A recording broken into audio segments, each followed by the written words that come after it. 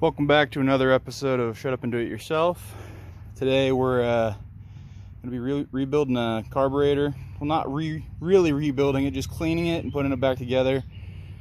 I got this lawnmower for 25 bucks off the old Facebook Marketplace. So first thing I did, I'm already a little bit into the fix. It was listed that it had carburetor issues, which happens a lot with these small engines.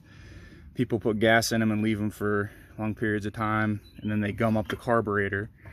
This is the carburetor right here. You can usually find it because it'll have this prime button right here, and I mean it helps to know generally like the parts of an engine. So we have the fuel tank. Usually it'll have a little gas emblem on it, and if you trace the fuel tank to the carburetor, there's usually either a tube. Sometimes they're not on top of each other, sometimes it'll be separate from the fuel tank, but wherever the fuel tank leads to is usually the carburetor, and the carburetor feeds an air fuel mixture to the chamber of the engine, which then is ignited by the spark plug. But usually what breaks on most small engines or makes them stop working is the carburetor gets gummed up, so it stops feeding the proper fuel to air mixture into the chamber, which makes it not start. So in order to get this working, it needs to have that fuel mixture, which means we need to get the gunk out of the carburetor.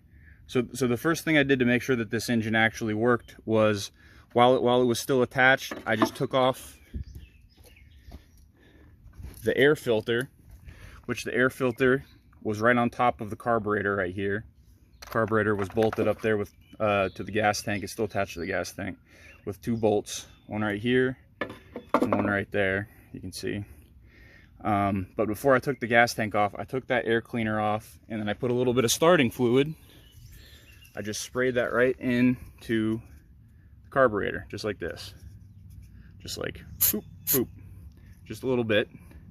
And then I pulled it, and it did start up for a second, and that showed me that it doesn't have like terminal compression issues. Like it will run if it has the proper air to fuel mixture. So that was the first step of the diagnostic, to telling me that it is the carburetor. I was pretty certain it's the carburetor, but it's just a way to like not have cleaned the carburetor and get everything back together and then it not work. It does seem to have some blow by, which I was able to tell because this is the oil. There's oil in small engines to lubricate all the parts, and kind of dissipate heat.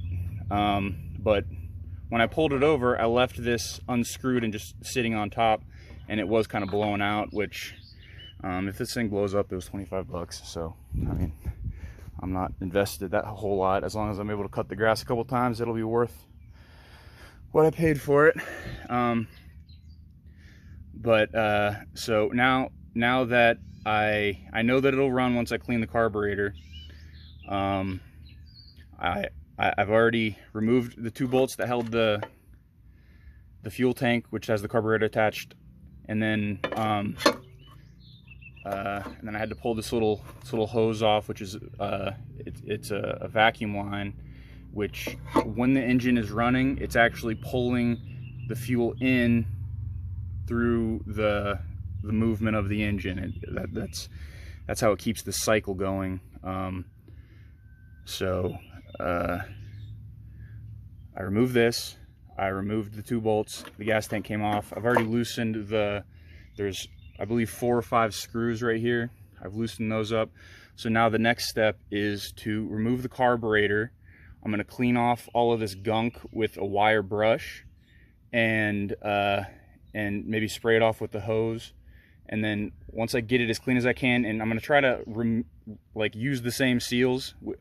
This is not the best way to do this, but in order to do it correctly, you'd have to order something off of Amazon, which I'll probably do, but right now I just want to get it running. I mean, usually these carburetors are less than 25 bucks, and they're kind of, because this is Boland's I'm not sure who, it's Briggs and Stratton, which is very popular, so there should be pretty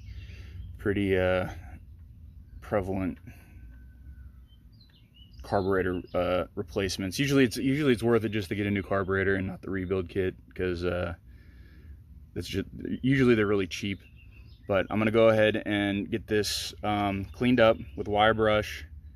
I'm gonna then, once I get as much debris off of it as possible and try to remove the seals without damaging them, I'm going to soak it in this, which there's like a paint can of carburetor cleaner, and then there's like a can carbon choke cleaner, which, like, if you're in a pinch and you need like an engine to work quickly, you could spray it out with this, but that's not the best way to do it. The better way, so that it breaks down all of that gunk from the stale gas that's probably causing it to not run, would be to soak it in this. Usually like 10 to 15 minutes, and then you don't really want to get this stuff on you, so I usually use needle nose pliers to pull the parts back out once I put them in there. And then I usually wash it with either degreaser or dish soap, spray it off with a hose, and then I'll show you how I do it. But and then I put it all back together. You want everything to be as clean as possible.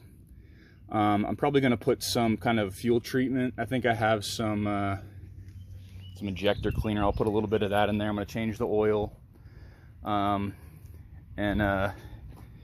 probably clean up the spark plug. And then this thing will probably last for a couple more years, or maybe a couple minutes, who knows, we'll see. But I'm gonna go ahead and start doing what I just told you, and you can see that spark plug's a little dirty. I'll get some sandpaper and gently clean up between these 2 points right there, because that's where the spark is that ignites the fuel to air mixture. So I'm gonna go ahead and do all that. Alright, so I reassembled the carburetor, and I've been using it.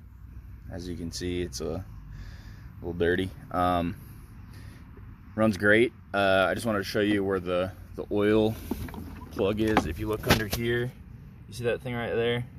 It's an I think it's a quarter drive,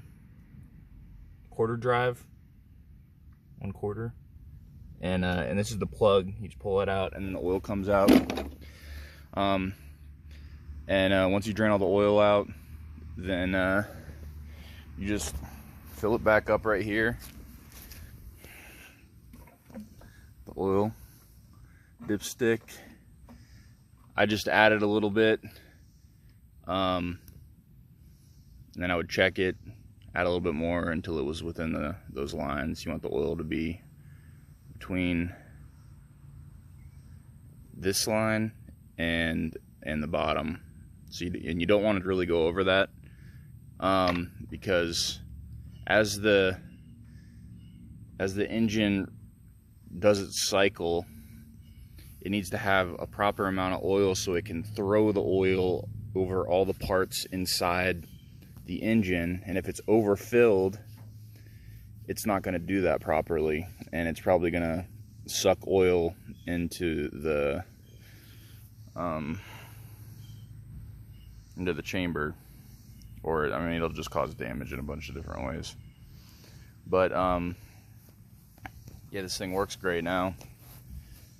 Like I said, changed the oil, I cleaned out the carburetor, I cleaned up the spark plug, and it's like a new lawnmower. Doesn't look like it, but it works just fine. I got it for 25 bucks. So if you're looking to do the same thing, you just got to go through those steps, and you can have yourself a working lawnmower also. Thanks for watching, and shut up and do it yourself.